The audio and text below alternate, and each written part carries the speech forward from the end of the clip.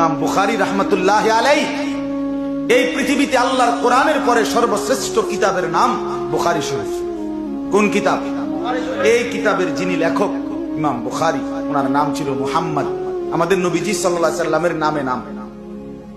8 বছর বয়সে উনি অন্ধ হয়ে গেছিলেন, সব কিতাবে আছে। উনার আব্বা জন্মের আগেই ইন্তেকাল করছেন, উনি এতিম ছিলেন, মা ছিলেন শুধু। 8 বছর বয়সে যখন অন্ধ হয়ে গেলেন, ইমাম বুখারী রাহমাতুল্লাহ আলাইহির মা এক টানা সেজদায় পড়ে সারা রাত কাঁদতে শুরু করছেন।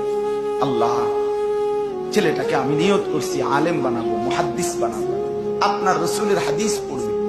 আপনি যে তার চোখটা নিয়ে নিলেন, আমার ছেলে পড়বে কেমনে? আমার ছেলে দিন শিখবে কিভাবে? আল্লাহ আমার সন্তানের চোখের আলো ফিরায় দেন। 2.5 মাস কিংবা 2 মাস টানা মা অজরে শুধু বিছনাত পড়ে কাঁদছে সারা রাত। খোদার কসম কিতাবে আছে, রাত্রি গভীরে একদিন ইমাম বুখারীর মাকে ইব্রাহিম আলাইহিস সালাম, নবী ইব্রাহিম সরাসরি স্বপ্নে দেখা দিচ্ছে। আয়েশা বলছে, মা, তোর চোখের পানির বরকতে আল্লাহ তোর সন্তানের চোখের আলো ফিরিয়ে দিয়েছে। সকালবেলা ইমাম বুখারী ঘুম থেকে জেগে উনি বলতেছে, মা, খোদার কসম মা, আমি সব দেখি।